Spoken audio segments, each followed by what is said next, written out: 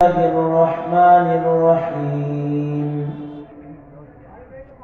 قل هل ننبئكم بالأخسرين أعمالا الذين ضل سعيهم في الحياة الدنيا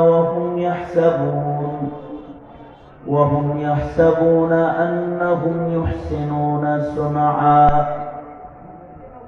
وقال النبي صلى الله عليه وسلم رب عمل صغير تعظمه النية رب عمل كبير تصغره النية أو كما قال عليه الصلاة والسلام. اللهم صل على محمد وعلى آل محمد كما صليت على إبراهيم وعلى آل إبراهيم إنك حميد مجيد. اللهم بارك على محمد وعلى آل محمد كما باركت على إبراهيم وعلى آل إبراهيم إنك حميد مجيد. আল-হাদি খিদমতে কোরআন পরিষদের উদ্যোগে আয়োজিত নবম বার্ষিক তাফসীরুল কোরআন মাহফিল 2025 মাহফিলের মোহতারাম সাদার, মোহতারাম সভাপতি, উপস্থিত হযরত, বুজুর্গ, উলামায়ে কেরাম, সম্মুখপানে সমবেত দিন প্রিয়, ইসলাম প্রিয়, দিনদার, ঈমানদার মুমিন মুসলমান ভাইরা, পর্দার আড়াল থেকে আলোচনায় শামিল মা বোনেরা, বিশ্বজগতের মালিক, বিশ্ব প্রতিপালকের বিশ্ব দরবারে কালিমাত শুকর যে মহান রব্বুল আলামিন দয়া করে, মায়া করে, ভালোবেসে রহমতি বরকতি জান্নাতের টুকরা বাগানে উম্মতের উলামায়ে দ্বীনদের সোহবতে আল্লাহ তাআলা আমাদেরকে আসার বছর তৌফিক দান করেছেন। কালিমাত শুকর করি, শুকরিয়া আদায় করি, জবান ছেড়ে ভক্তি ভরে সমস্বরে আওয়াজ করে মুহাব্বতে সকলে মিলে বলুন আলহামদুলিল্লাহ। বিকেল থেকে শুরু করে এ পর্যন্ত যোগ্য বুজুর্গ ওলামা হযরতদের জবানে আপনারা গুরুত্বপূর্ণ নসিহত আলোচনা শ্রবণ করে এসেছেন।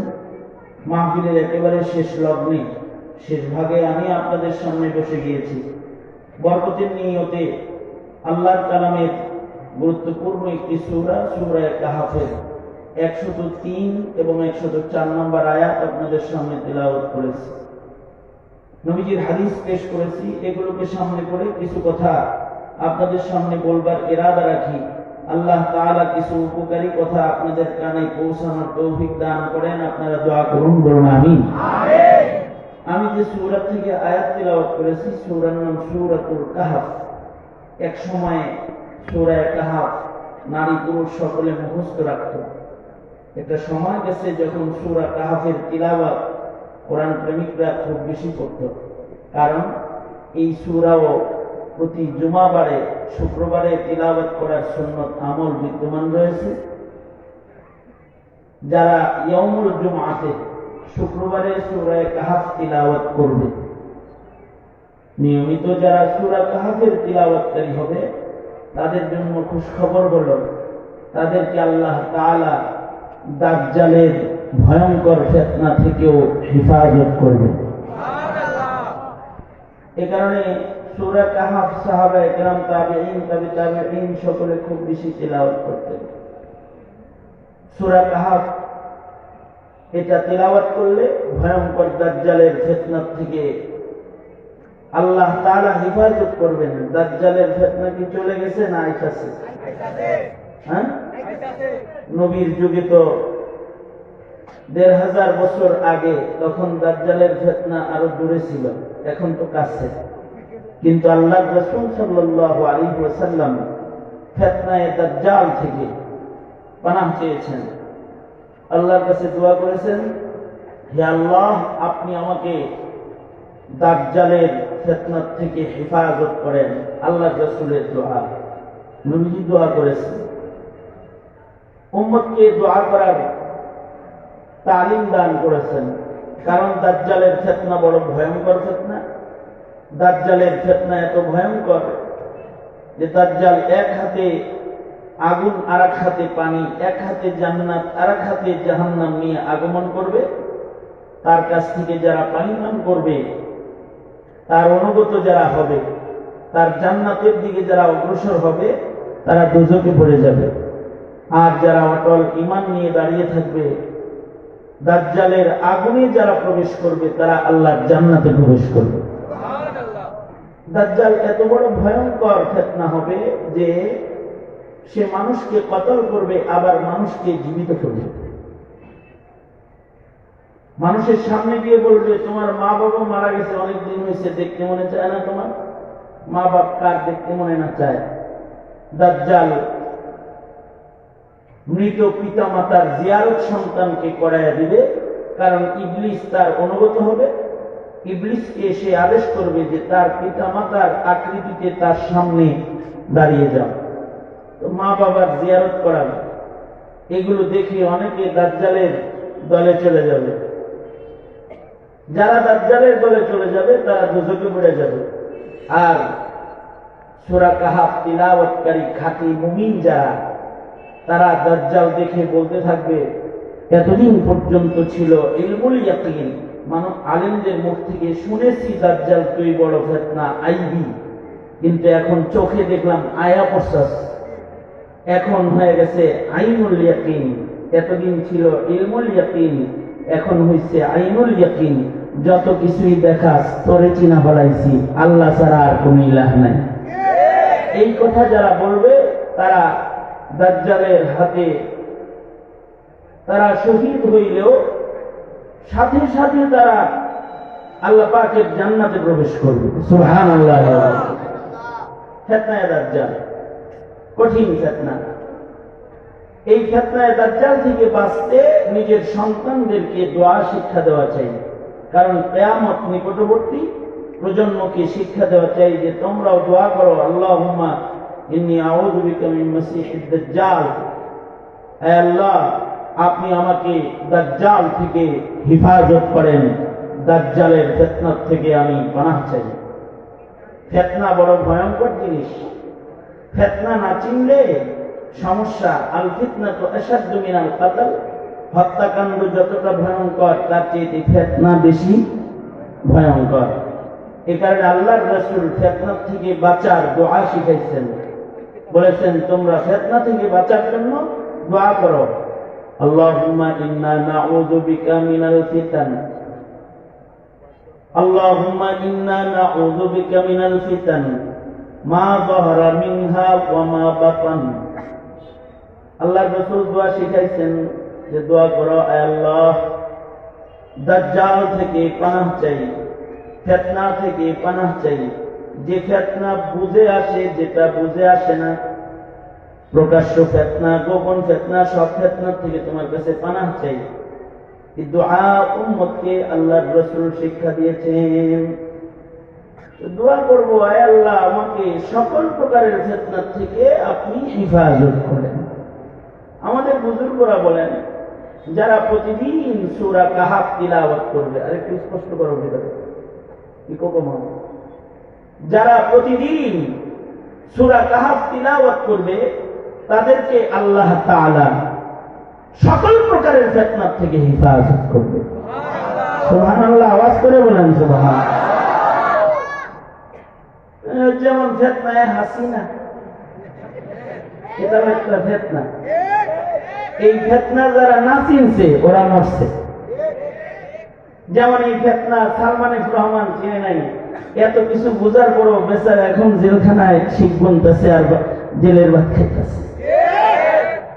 যেমন এই ফিতনাকে কালামানি চিনে নাই, সে বিচারপতির চেয়ার থেকে নাইমা কলা পাতায় শুইছে, ঠিক না? আওয়ামী লীগ ফিতনা। এটাকে যদি কেউ না চিনে তাহলে স্বাধীনতা ভারতের কাছে বিক্রি হয়ে যাবে। এটাকে যদি কেউ না চিনে, এই আওয়ামী লীগ ফিতনাকে যদি কেউ না চিনে, তাহলে মুসলমানের ঘরে হিন্দুর সন্তান জন্মগ্রহণ করবে, হিন্দুত্ববাদ জন্মাবে। ফিতনা ফিতনা চিনতে হয়, ফিতনা চিনাইতে হয়, প্রজন্মকে ফিতনা সম্পর্কে সতর্ক করতে হয়। হাসিনার ফিতনা থেকে তারাই বাঁচতে পারছে বেশি, যারা সূরা কাহাফ পড়েছে অথবা সূরা কাহাফ যারা পড়ে তাদের সাথে চলাফেরা করেছে, তাদেরকে আল্লাহ তাআলা হাসিনা ফিতনার থেকে হিফাজত করেছে। আলেম ওলামারা সূরা কাহাফ তিলাওয়াত করেন, এই কারণে হাসিনাকে আলেমদের চেয়ে বেশি আর কেউ চিনে না। ওলামায়ে কেরাম সেই 13তে রক্ত দিয়েছে শাপলা চত্বরে, বারবার তারা জুলুম নির্যাতনের শিকার হয়েছে। ওই যে এটা হচ্ছে দাজ্জালের মতো ফিতনা, এরাতে মরা যায় কিন্তু এর মুরিদ হওয়া যায় না। এমন ফিতনা যে বুঝার কায়দা নাই সে কি করতে চায়। ভাব দেখে মনে হয় বুজুর্গ আব্দুল কাদের জিলানী, ভাব থেকে এরকম মনে হয়। কারণ প্রতিদিন 70 রাকাত নফল নামাজ, প্রতিদিন কোরআন মজিদের তিলাওয়াত, হাতে তাসবিহ, মাথায় পট্টি, সুন্দর বড় হাতার জামা, আর উপজেলায় উপজেলায় মসজিদ নির্মাণ করে যে জানামাজে বয়ে থাকে, এই যে খোদার বিরোধী, এটা বোঝা যায়। আস্ত ফিতনা ছাড়া আর কিছু। মসজিদ নির্মাণ করে প্রতি থানায় থানায় একটা একটা মসজিদ, কিন্তু মসজিদে কাউরে নামাজ পড়তে বলে না, সবাই বলে ধর্মচর্চার ব্যাপার, মনের ব্যাপার, তোমরা পূজায় যায়। কত বড় ফিতনা চিন্তা করছেন। বানাইছে একটা মসজিদ প্রতি থানায়, সব লোকদেরকে দাওয়াত দিছে কোন দিকে? পূজার দিকে, পূজা করার জন্য দাওয়াত দেয়। উৎসব সবার সব পূজায় উৎসবে চলে আসে।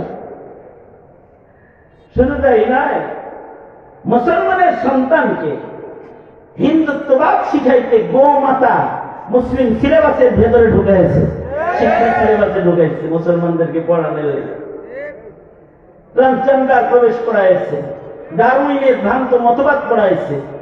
পক্ষান্তরে মুসলমানদেরকে আল্লাহ ভুলাইছে, রসুল ভুলাইছে, দিন ভুলাইছে, ইসলাম ভুলাইছে। সন্তানরা দিন সম্পর্কে জানে না, ইসলাম সম্পর্কে জানে না। দিনী শিক্ষাকে ঐচ্ছিক শিক্ষায় রূপান্তরিত করেছে। এই আপনারা বলুন তো, দিনী শিক্ষা কি ঐচ্ছিক নাকি আল্লাহর নির্দেশ?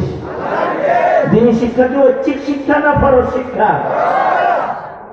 তালাবুল ইলমি ফারিয়াদাতুন আলা কুল্লি মুসলিম, সব মুসলমানের উপরে দিনী শিক্ষা, ধর্ম শিক্ষা গ্রহণ করা ফরজে আইন।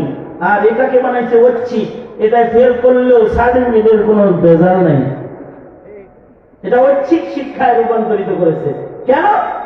মুসলমানের মাটিতে হিন্দুত্ববাদ আর নাস্তিক্যবাদ আর কাদিয়ানি মতবাদের, চাষাবাদের চকিদারি রয়েছে। ফিতনা চেনা মুশকিল। যদি আপনি আপনার সন্তানকে ফিতনা না চিনান, তাহলে আপনার সন্তান ফিতনা কি জিনিস এটা বুঝবে না। এই কারণে মাদারিসে কওমিয়াতে কিতাবুল ফিতান পড়ানো হয়। ফিতনার অধ্যায়, কিতাবের অধ্যায়ের নামই ফিতনা অধ্যায়। সব ফিতনা সম্পর্কে জাতিকে সজাগ করো, ফিতনা চিনাও। তো ফিতনা থেকে বাঁচতে শক্তি দরকার একটা। গুনাহ থেকে বাঁচতে যেমন শক্তি দরকার, ফিতনা থেকে বাঁচতেও শক্তি দরকার। ইবাদতের ভেতরে গুনাহ থেকে বাঁচার শক্তিও আছে, ফিতনার থেকে বাঁচার আমলও আছে। যেমন আল্লাহ তাআলা বলেন, যারা নামাজ পড়বে তারা গুনাহ থেকে বেঁচে যাবে। কারণ ইন্নাস সালাতা তানহা আনিল ফাহশাই ওয়াল মুনকার, নামাজ মানুষকে সকল প্রকারের পাপাচার আর গুনার কাজ থেকে বাঁচায় রাখবে। ঠিক ওই রকম কেউ যদি সূরা কাহাফের তিলাওয়াতকারী হয়, যারা সূরাতুল কাহাফ তিলাওয়াত করবে তাদেরকে আল্লাহ তাআলা দাজ্জালের ভয়ঙ্কর ফিতনা থেকেও বাঁচায় রাখবে। সন্তানদেরকে সূরা কাহাফ পড়ার মতো ফিতনার যুগ, এখন তো ফিতনার যুগ, ফিতনা অনেক বেশি। সূরা কাহাফ পড়ার মতো কোরআনের শিক্ষা সন্তানকে দেয়া অভিভাবকদের জন্য তো ফরজ। এই সময় প্রতিটি অভিভাবকের জিম্মাদারি তার সন্তান যেন সূরা কাহাফ করতে পারে, এতটুকু নেই। সূরা কাহাফ কি নুরানি নামাজ শিক্ষা বই পড়লেই তো পড়তে আশা করা যায়, নাকি বলেন? হ্যাঁ, কথা বলেন। নুরানি নামাজ শিক্ষা বইয়ের অতটুকুন ধর্ম শিখলে সূরা কাহাফ পড়তে পারবে? সকালবেলায় সূরা ইয়াসিন পড়তে পারবে? সূরা আর রহমান ভোরবেলায় পড়তে পারবে ফজরের আগে? রাতের বেলায় সূরা মুলুক পড়তে পারবে? এগুলো পড়ার দরকার নেই। এই পড়াগুলো আমাদের সমাজে নাই, কিন্তু প্রতিদিন নাটক দেখা, সিনেমা দেখা ঠিকই ঢুকে গেছে। এই পড়াগুলো নাই ভাই, সন্তানদেরকে আমরা ভালো মন্দ, হালাল হারাম, জায়েজ না জায়েজ বুঝার যোগ্যতাটুকুন ওদেরকে উপহার দিতে আমরা পারি নাই। এই দায়িত্বটা নেওয়া দরকার না সবাই? সন্তানদেরকে বিশুদ্ধ কোরআনে কারীমের তিলাওয়াত শিক্ষা দেব ইনশাআল্লাহ। জোরে বলে বলেন। নাকি এই খেদমতে কোরআন পরিশোধ করে বছরে একবার তাফসীর শুনলেই তো কোরআনের হক আদায় হয়ে যাবে, তাই না? এই কোরআনে কারীমের হক নেই। কোরআনে কারীমের এক নাম্বার হক কোরআনকে ইজ্জত করা, কোরআনকে মহব্বত করা 2 নম্বর হক। 3 নম্বর কোরআনকে বিশুদ্ধ করে তিলাওয়াত করা। কোরআনে কারীম যারা বিশুদ্ধ তিলাওয়াতকারী হবে এই ফিতনার যুগে, যারা কোরআন তিলাওয়াতকারী হবে এরা ফিতনা চিনবে, এরা ফিতনা চিনবে। জগতে কিছু মুসলমান আছে এরা ফিতনা চিনে, কাদিয়ানীরে চিনে না, তাহলে মনে করেন কিরকম আজহারুন নাস, জাহেলে মুরাক্কাবে, নিজে যে গণ্ড মূর্খ ধর্মের ব্যাপারে নিজেও জানে না ও মূর্খ। কাদিয়ানী ও মুসলিম এটাও জানে না। কাদিয়ানী ফিতনা কেউ যে চিনে না, তাহলে তার মূর্খতার শিকড় কত দূর চলে গেছে। আমার তো 22 দিন রিমান্ড ছিল মাত্র।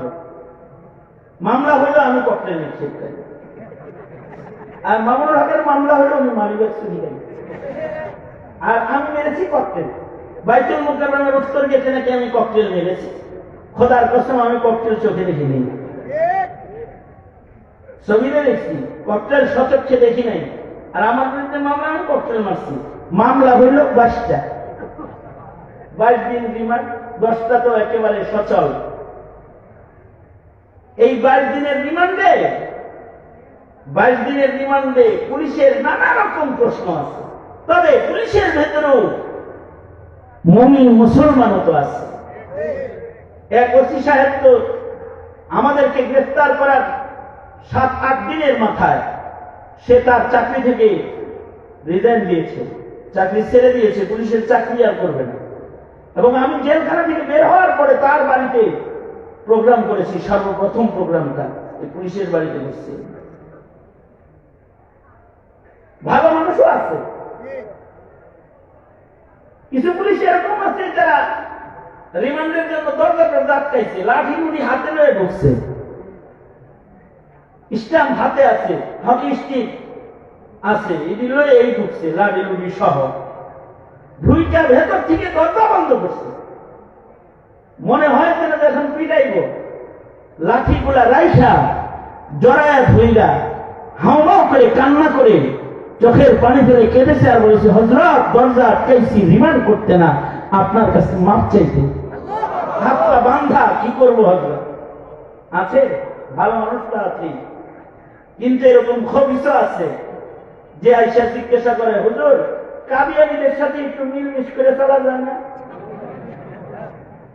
তার মানে এটা এমন বড় মূর্খের মূর্খ, কাদিয়ানী যে কাফের এটাও জানে না। আমি জিজ্ঞেস করলাম, কাদিয়ানী কাফের, কাফেরের সাথে আবার মিলমিশ করার পদ্ধতি কি?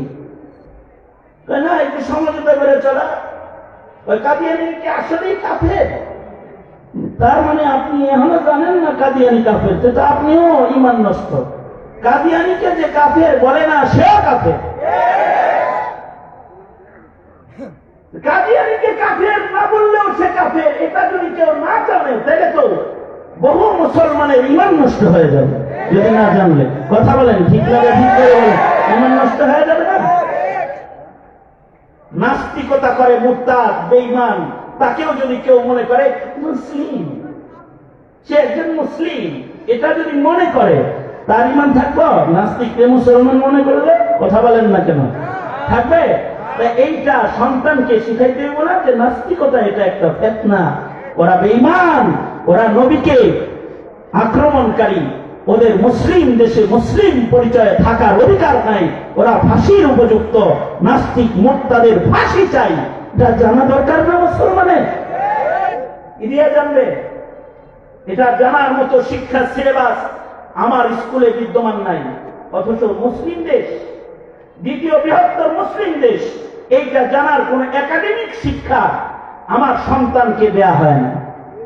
সে ফিতনা চিনে না, সে কাদিয়ানি চিনে না, সে নাস্তিক চিনে না, সে ইহুদি চিনে না, সে নাসারা চিনে না, আর সে কালিমাওয়ালা মুমিনের মর্যাদাও বুঝে না, চিনে না।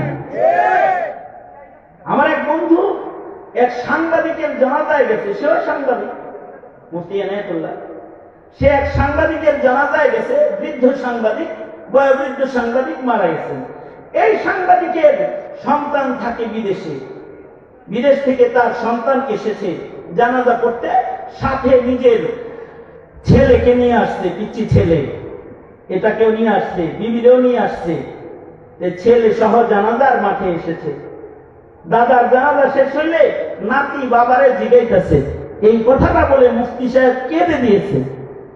সন্তান তার বাবাকে জিজ্ঞেস করতেছে, আব্বু এখন কি দাদার লাশ আগুন দিয়ে জ্বালিয়ে দিবে? নাউজুবিল্লাহ, করে করে বলেন। কার ছেলে দিকে এই কথা? কার ছেলে দিকে? মুসলমানের সন্তান জিজ্ঞাসা করতেছে, মুসলমানের সন্তান তার বাবাকে জিজ্ঞেস করতেছে দাদা সম্পর্কে, আব্বু দাদুর লাশ কি এখন আগুনে জ্বালাইবা? তার মানে কি? মুফতি সাহেব কেন্দ্রে দিয়ে কয়, তার মানে হলো এই লোকের, এই ছেলে জানেই না যে পরকাল বলতে একটা কাল আছে, কবর বলতে একটা জগৎ আছে, বরজত বলতে একটা জগৎ আছে। আর মুসলমানের মৃত্যুর পরে তারে আগুনে পোড়ানো হয় না, তাকে কবরের জগতে দিয়ে দেওয়া হয়। আমল ভালো হলে সে কবরে জান্নাত পেয়ে যায়, এটা জানে না। আর যদি আমল খারাপ হয়, কবরে তার এমন একটা শাস্তি হয়, সে শাস্তি ভোগ করে, কেউ তা বুঝে না। এই জিনিসটা তাকে বোঝানো হয় নাই, অথচ এটা ঈমান। এই ঈমানদারি যার নাই, ও তো ঈমানই শিখে নেই এখনো। মুসলিম পরিচয় দিলেই মুসলিম হয়ে যায়, অথবা পাসপোর্টে মুসলিম, জাতীয়তা মুসলিম লেখা থাকলেই মুসলিম হিসেবে, মুসলিম পরিচয়, ধর্মের পরিচয় লেখা থাকলেই মুসলিম হয়ে যায়। তার তো এতটুকু শিক্ষা থাকতে হয়। সে জানে না তার দাদার লাশটা এখন কি আগুনে পোড়ানো হবে নাকি দাফন করা হবে, এটা জানে না। অবশ্য এটা জেনে ফেলেছে হিন্দি সিনেমা দেখতে দেখতে, এতটুকু বুঝেছে যে কিছু মানুষকে আগুনেও পোড়ানো, এ কারণে তার সন্দেহ তার দাদা কোন বলে। এই যে মুসলিম প্রজন্মের দ্বীনি বুঝের অধঃপতন, যেটা শিকড় গভীর তলদেশে চলে গেছে, এটার কারণ হলো মুসলিম ইসলাম শিখার যে চেতনা, ভাবনা, চেষ্টা, প্রচেষ্টা নাই। যতটুকু উলামায়ে কেরাম ওয়াজ মাহফিলে, তাফসীর মাহফিলে ইসলাম ইমানদারি শিখায়, এইটাকে আওয়ামী লীগ বন্ধ করার জন্য যারা আলোচনা করে তাদের মিষ্টি ডাকাতের মিষ্টির মতো থানায় জমা দিয়ে রেখেছিল, তারা যেন কেউ মাহফিল করতে না পারে। কোন জায়গায় মাহফিল হলে থানার থেকে ফোন আসতো, ওসি সাহেব বলতো যে আয়েন না হুজুর, এই তো এই উসমানীনগর থানাতে আমি ঢাকা থেকে সফর করে এসেছি, মাহফিল পর্যন্ত ঢুকে পড়েছি, ওসি সাহেব আমার হাত ধরে বলে, হুজুর উপরের নির্দেশ, আপনি বয়ান করতে পারবেন না, আমি ঢাকা চলে গেছি। বয়ান না করে এই আওয়ামী লীগের আমলে কেন? এদেশের আলেমরা কি তোমাদের মতো হেলমেট বাহিনী প্রস্তুত করেছে নাকি? এদেশের আলেমরা কি তোমাদের মতো এদেশের যুব সমাজের হাতে ধারালো অস্ত্র তুলে দিয়েছে নাকি? তোমরা তো পুলিশের প্রহারায় রাজপথে, তোমরা মাংসাত্যাকারী খুনির খাতায় তোমাদের নাম। আর তোমরা এদেশের আলেমদের জবান বন্ধ করে দিয়েছিল কেন? এদেশের আলেমরা এদেশের যুব সমাজকে ঈমান শিক্ষা দেয়, আকীদা শিক্ষা দেয়, ধর্ম শিক্ষা দেয়, ইসলামের মূল্যবোধ শিক্ষা দেয়। মরার পরে কি হবে এটা শিক্ষা দেয়, মরার পরে কি হবে এটা শিক্ষা দেয়।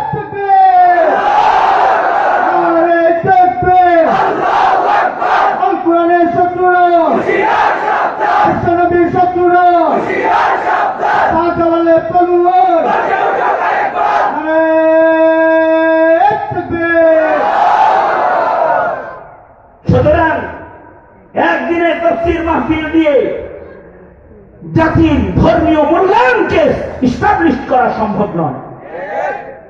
মুসলিম জাতির ধর্মের মূল্যায়নের জন্য আবার গোড়ায় ফিরে যেতে হবে। সেটা হলো আমার প্রজন্মের প্রত্যেকটা সন্তানকে আকায়েদ শিক্ষা দিতে হবে, ফিতনা শিক্ষা দিতে হবে। কোনটা জান্নাতের পথ, কোনটা দোজখের পথ সুস্পষ্ট করে দিতে হবে।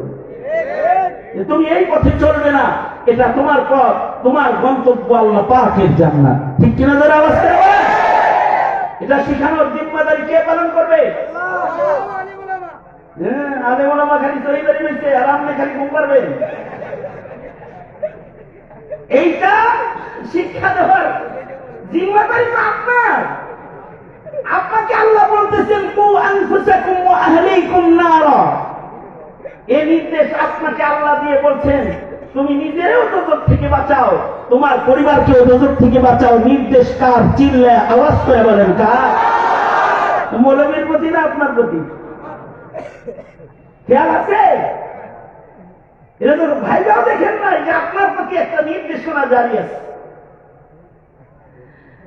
সুতরাং মুসলমান ভাইরা নিজের সন্তানকে ফিতনা শিখাইতে হবে, ফিতনা চিনাইতে হবে, ফিতনার থেকে বাঁচার আমল শিক্ষা দিতে হবে, ফিতনার পরিচয় তুলে ধরতে হবে। খাঁটি মুমিনের গুণ, খাঁটি মুসলমান কাকে বলে যতক্ষণ পর্যন্ত শিক্ষা না দেওয়া হবে ততক্ষণ পর্যন্ত খাঁটি মুমিন হইবার চেষ্টা কিন্তু তার ভেতরে আসবে না। তার মুমিনের ব্যক্তি জীবন থেকে শুরু করে রাষ্ট্র জীবন পর্যন্ত তার আদর্শিক অবস্থানটা কি, এটা যদি মুমিনকে শিখায় না দেওয়া হয় এই মুমিন তার ঈমান রক্ষা করতে পারবে না।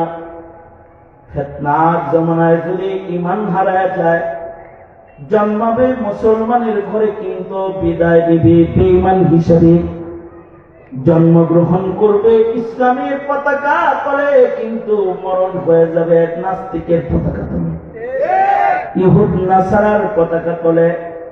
কমাস কম প্রজন্মের মুসলিম সন্তানদের ঈমান সহ কবরে যাওয়ার পথ সুগম করতে সকল সন্তানদেরকে ধর্ম শিক্ষা বাধ্যতামূলক করা ছাড়া দ্বিতীয় কোন রাস্তা নাই। একটা তো ব্যক্তি চেষ্টা, ব্যক্তিগতভাবে আপনি আপনার পরিবার নিয়ে ভাববেন যে আপনি আপনার সন্তানের ঈমান আমল কেমনে ঠিক করবেন। আরেকটা হলো ব্যক্তি চেষ্টা করে একটা ঘর বাঁচানো যায়, গোষ্ঠী বাঁচানো যায় না, একটা জাতিকে বাঁচানো যায় না। এই জাতিকে তিল তিল তিল তিল করে হত্যা করার চক্রান্ত চলছে, তার ঈমান হত্যার চক্রান্ত। যে কাঠামোকে ব্যবহার করে ইসলামের বিদ্বেষকে প্রতিষ্ঠা করা হচ্ছে, ঘরে বসে থাকার কায়দা নেই। ওই কাঠামো শুনতে প্রাণ দিয়ে দাও, কাঠামো পাল্টাও। যে কাঠামোর দ্বারা তোমার সন্তানের ইমানদারি রক্ষা হবে না, তোমার দেশে সেই সরকারি কাঠামোকে তুমি অক্ষত অবস্থায় থাকতে দিতে পারো না। পরিবর্তন করো, সংবিধানকে সংশোধন করো, আওয়াজ তুলো।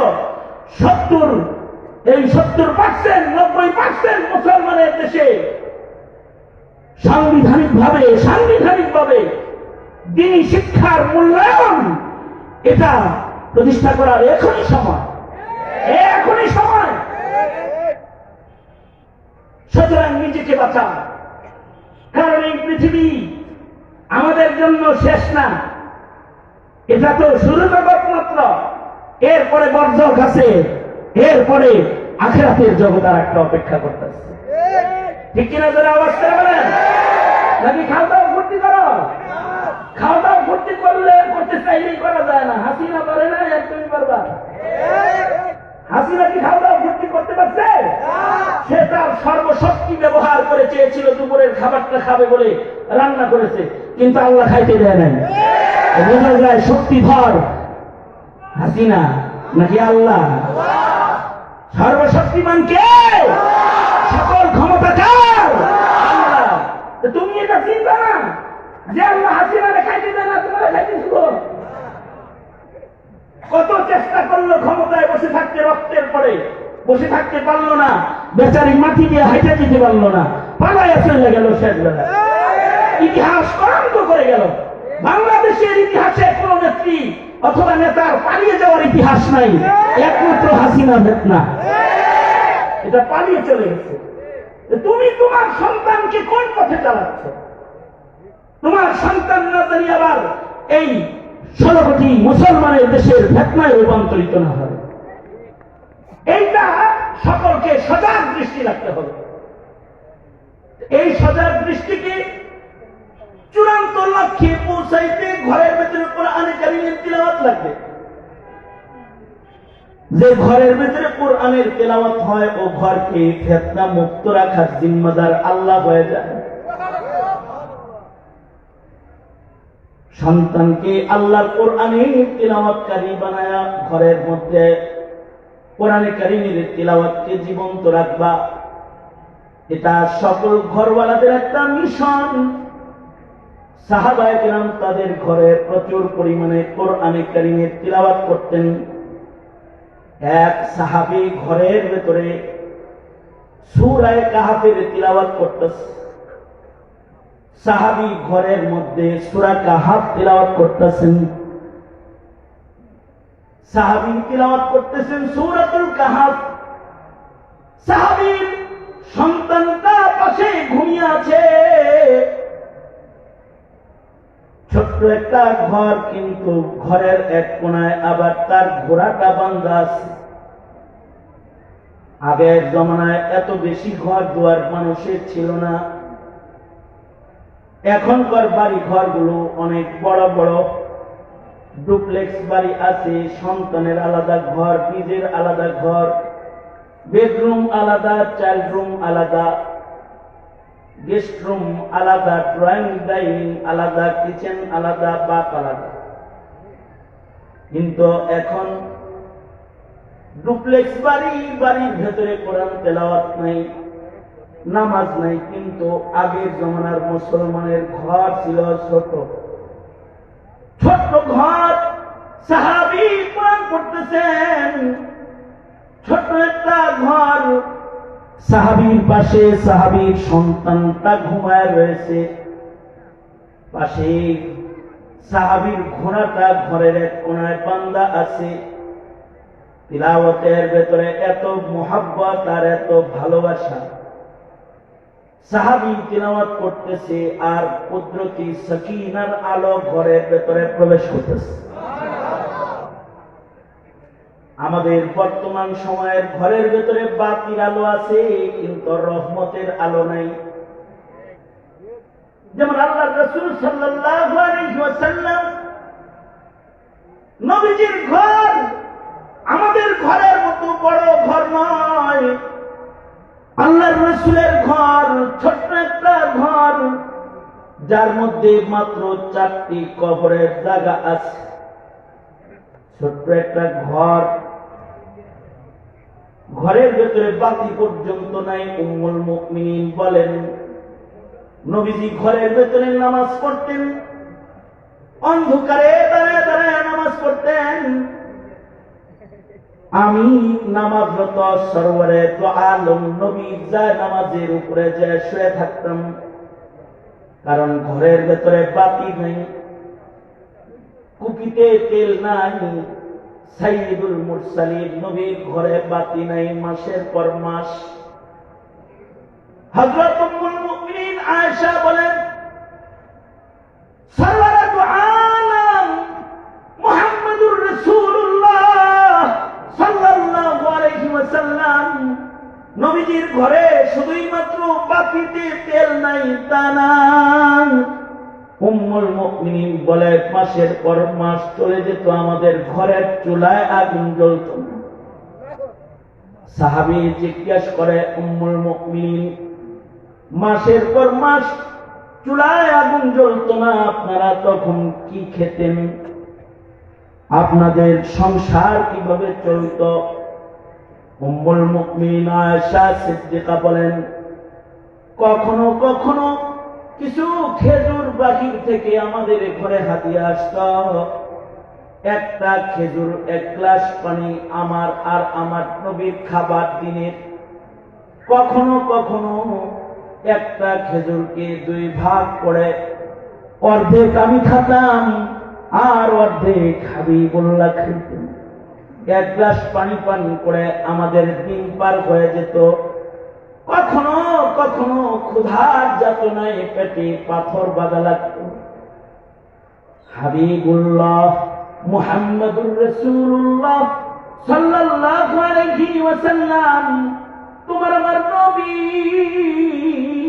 তোমার আমার সর্দার, তিনি যদি দোয়া করতেন, আল্লাহ আল্লাহ গো তুমি উহুদ পাহাড় আমার জন্য স্বর্ণ বানায় দাও, তো উহুদ পাহাড়কে আল্লাহ তাআলা তার বন্ধুর জন্য স্বর্ণ রূপান্তরিত করতেন।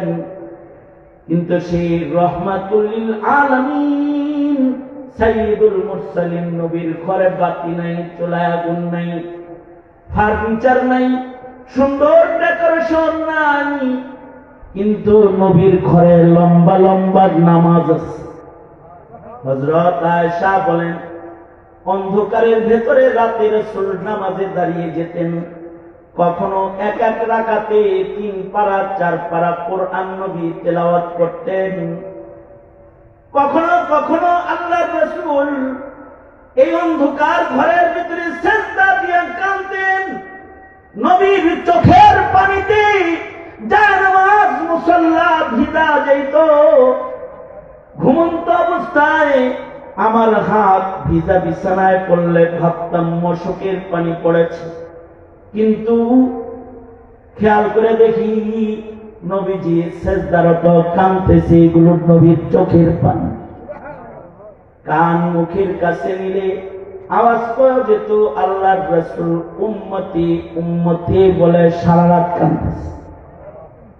কখনো কখনো উম্মতের নাজাতের জন্য আল্লাহর রাসূল এত লম্বা সিজদা দিতেন, ঘরের ভেতরে এত লম্বা সিজদায় নবীজি পড়ে থাকতেন। হযরত আয়েশা বলেন, আমার ভয় হইতো না জানি সিজদারত আল্লাহর রাসূল ইন্তেকাল করেছেন।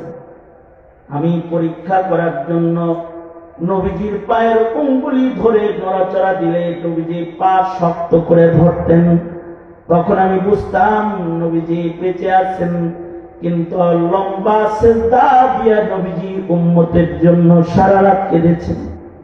সারা রাত ঘরের ভেতরে সিজদা দিয়েছেন, লম্বা সময় ঘরের নামাজ পড়েছেন। যাদের ঘরে লম্বা নামাজ আছে, যাদের ঘরের মধ্যে রাতের আধারে মুসাল্লায় সিজদা আছে, এই ঘরগুলোর মালিকের নাম আসমানে আল্লাহ তাআলার গোলামের যে খাতাটা আছে, ও খাতার ভেতরে আল্লাহ তাআলা তুলে দেয়।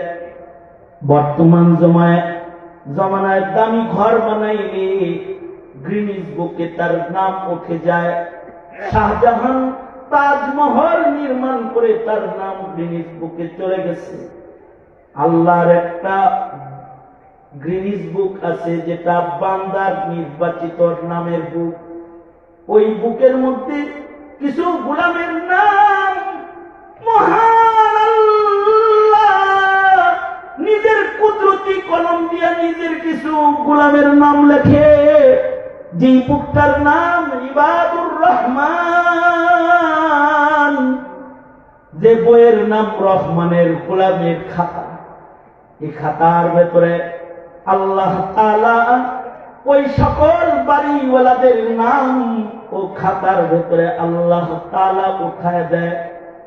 ওয়াল্লাযীনা ইয়াবীতুনা লিরাব্বিহিম সুজদান ওয়া কিয়ামা, যারা তাদের ঘরের জিন্দেগিতে রাতের বেলার নামাজ পড়ে, সিজদা করে, ঘরের ভেতরে আল্লাহকে ডাকাডাকি করে।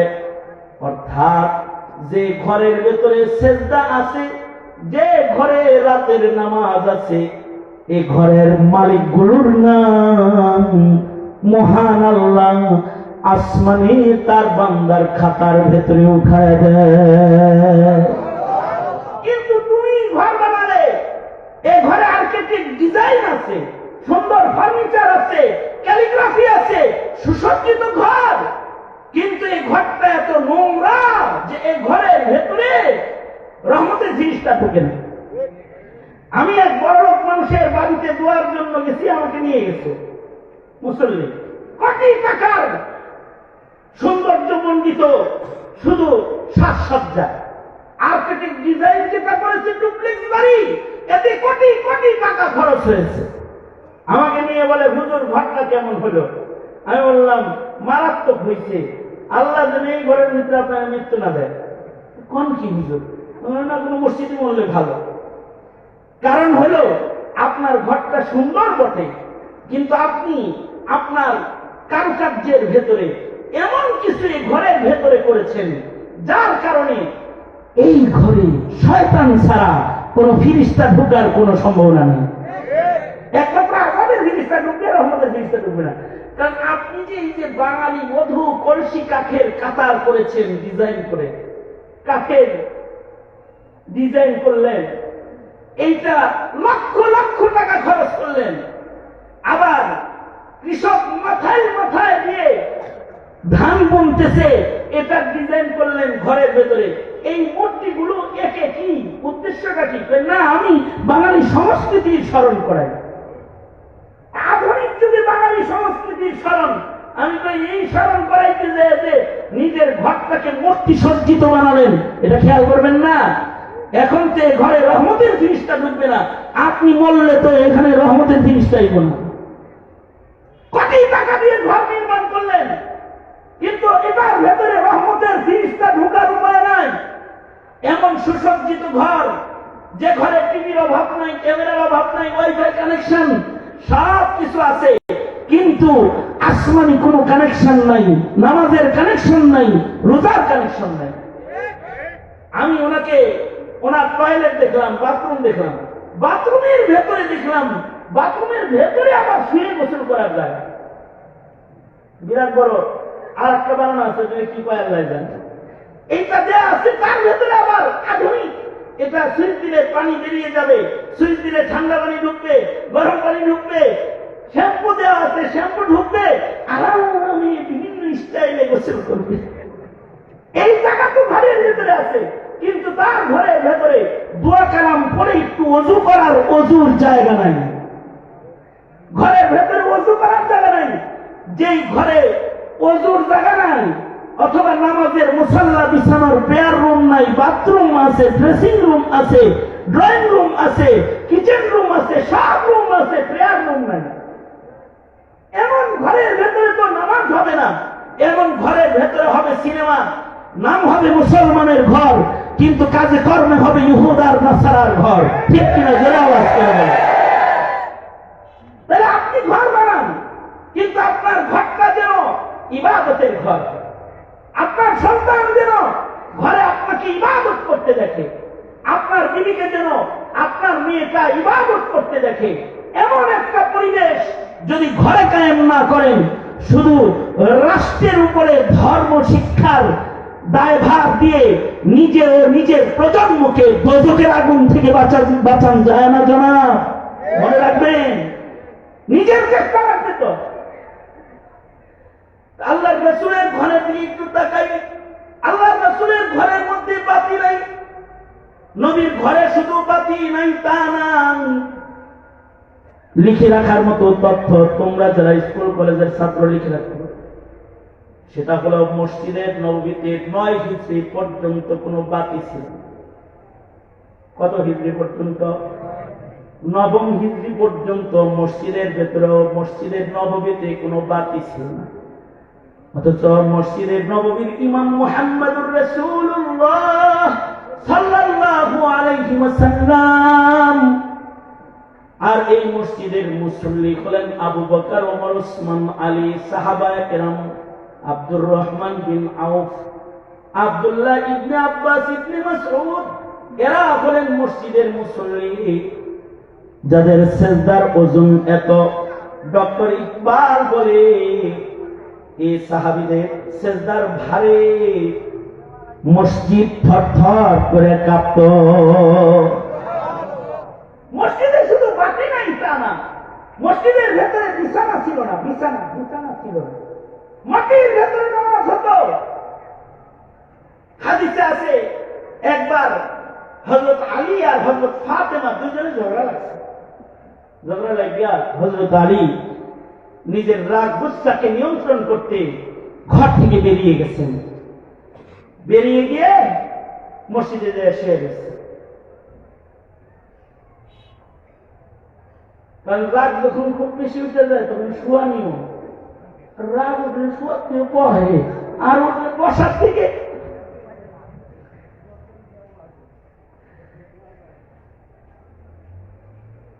আরো নিকটে যখন হয় তখন বসার থেকে দাঁড়ায়। এই হলো রাগের স্টাইল, তাই না? ইসলাম বলে উল্টা, রাগ উঠছে দাঁড়ানো চিনি বস কমানোর জন্য। আরো রাগ উঠতেছে তো শুয়ে পড়ো, ওযু করো, গোসল করো, ঠান্ডা করো নিজে। এগুলো হলো তরিকা। তো হযরত আলী তো খুব রাগ উঠছে। হযরত আলী মসজিদে নববীতে চলে গেছেন, যে শুয়ে গেছেন। আল্লাহর রাসূল ঘরে আসছেন। ফাতেমা, আলী কোথায়? কাজে লাগাইছি, গেছে গা। আল্লাহর রাসূল হযরত আলীকে তালাশ করতে বেরিয়ে গেছেন। যা দেখে হযরত আলী মসজিদের ভেতরে, হাদিস বলতেছেন, মসজিদের ভেতরে মাটির ভেতরে শুয়ে রয়েছে। তার মানে বোঝা যায় মসজিদে তখন কি ছিল না। হ্যাঁ, চেয়ারেছেন কে নিয়ে কি ছিল না, বিছানাও ছিল না মসজিদে। মসজিদের ভিতরে পাগলের ভিতরে শুয়ে রয়েছে, মসজিদের নববীর ভিতরে। আর আল্লাহর রাসূল যে হযরত আলীকে ডাক দিতেছে, কি বলে ডাকবে? ইয়া আবা তুরাব। হযরত আলীর কুনিয়াত হলো আবুল হাসান, হাসানের বাপ। কিন্তু নবী কি বলে? ইয়া আবা তুরাব। ওই যে গায়ের ভিতরে বালিগুলি লেগে রয়েছে, ঘোরাঘুরি করছে যে লাগে মসজিদে, গায়ে তো মাটি লেগে রয়েছে। এই জন্য আল্লাহর রাসূল বলে, এই মাটির বাপ, এই মাটির বাপ ওঠ। হযরত আলী বলেন, নবীজি আমার মাটির বাপ করে যখন ডাক দিচ্ছে, আমি বাড়িগুলো মুচ্ছাতে খুশিতে দাঁড়াইছি। রাহমাতুল লিল আলামিন আমাকে আবু তুরাব কইছেন, ইয়া আবা তুরাব। এখানে হযরত আলীকে কেউ যদি ইয়া আবা তুরাব বলে ডাক দিতেন, উনি খুশি হয়ে যেতেন। নবী ডাক দিচ্ছে এই নামে, আল্লাহু আকবার জোরে করে বলেন। তার মানে হলো মসজিদের ভেতরে বিছানা নাই, বাতি নাই, কিন্তু মসজিদের সেজদাগুলো এত ভারী, মসজিদ থরথর করে কাঁপে। আর এখন সর্বরা পাইতেছে, দেখবা বাতির অভাব নাই, মিনারা শুদ্ধ বাতি হবে, ফাইজলানি বাদ দিও। মসজিদের এই বাতি আসল বাতি না, মসজিদের আসল বাতি হলো জিক্র, আজকার, ইবাদত, বন্দেগী। ঠিক কিনা করে আওয়াজ? 9 সাল পর্যন্ত, 9 হিজরি পর্যন্ত মসজিদে কোনো বাতি ছিল না। তামিম দারি রাদিয়াল্লাহু আনহু মুসলমান হলেন, তিনি মসজিদে বাতি জ্বালালেন, আল্লাহর রাসূল খুশি হয়ে গেলেন। হযরত তামিম দারি এমন সাহাবী যিনি 2 রাকাত নামাজে টোটাল কোরআন খতম করতেন। সুবহানাল্লাহ। বাতি ছিল না কিন্তু ইবাদত ছিল। এখন ঘর আছে, ইবাদত নাই। আরো সমস্যা হলো ইবাদত আছে, ঈমান নাই। যেমন হাসিনা, ইবাদত আছে, জোরে বলেন, জোরে বলেন, আরো জোরে করে বলেন, ইবাদত আছে, ঈমান নাই। অথবা ইবাদত আছে, ইখলাস নাই। প্রতি মাথায় দিছে ঠিক, নামাজ পড়ার জন্য না, ভোট চাওয়ার জন্য। এরকম হয় না? হ্যাঁ, আর যায় খালি নেত্রীর মাইকি, আল্লাহর রাসূলের কথা নাই, খালি নেত্রীর কথা। নেত্রী নামাজ পড়ে, নেত্রী রোজা রাখে, নফল রোজা প্রতি মাসে 6টা রাখে, এগুলো উনি ইস্তেমায় যায় বয়ে থাকে, এগুলো ইবাদত আছে, ইখলাস নাই। দান করতেছে, ইখলাস নাই। নামাজ পড়তেছে, ইখলাস নাই। অথবা ইবাদত করতেছে, মন গড়া মাসাইল নাই। ঠিক কিনা যারা আওয়াজ করে বলেন? এমন ইবাদত দিয়ে ইমানদারি রক্ষা করার কোনো কায়দা নাই। ওই কথাটাই আল্লাহ তাআলা বলতেছে, কুল হাল নুনাব্বিউকুম বিল আখসারিনা আ'মালা আল্লাযীনা দাল্লা সা'য়ুহুম ফিল হায়াতিদ দুনিয়া ওয়া হুম ইয়াহসাবুনা আন্নাহুম ইহসিনুনা সুনআ। বন্ধু, তাদের ব্যাপারে বলে দেন যারা ইবাদত অনেক গুণে, কিন্তু ইবাদত নষ্ট হয়ে গেছে। মসজিদ গুণে মসজিদ নষ্ট হয়ে গেছে, নামাজ গুণে কিন্তু নামাজ নষ্ট হয়ে গেছে। নিজে নিজে হিসাব করে অনেক রোজা করছে, কিন্তু রোজা নষ্ট করে ফেলেছে। মাসাইলের অভাব, ইখলাসের অভাব, অথবা ইমানদারি নষ্ট করে ফেলেছে। ইমান নষ্ট করে ইবাদত করে কোনো লাভ নেই। সুতরাং বন্ধু, উম্মতকে জানায় দাও তারা যেন তাদের আমলকে বরবাদ না করে। আমল বরবাদ না করতে দ্বীনি শিক্ষা, সোহবতে আহলুল্লাহ, দাওয়াত ও তাবলীগ এগুলোর বিকল্প নাই। ঠিক কিনা যারা আওয়াজ করে বলেন? ওলামায়ে কেরামের সামনে থেকে ইলম শিখবো। কারা কারা হাত তোলেন? মাসাইল শিখবো, সন্তানকে শিখাবো, ইখলাস শিখবো, চিল্লায় জোরে করে ইনশাআল্লাহ। আর আলেমরা যা বলে মশওয়ারা মানবো, চিল্লায় করে ইনশাআল্লাহ। আলেম নাই যেখানে, এমনি এমনি বলেন, এমনি এমনি বলেন। আলেম ওলামা নাই যেখানে, সেখানে। আলেম আছে যেখানে, সেখানে ইনশাআল্লাহ বলেন।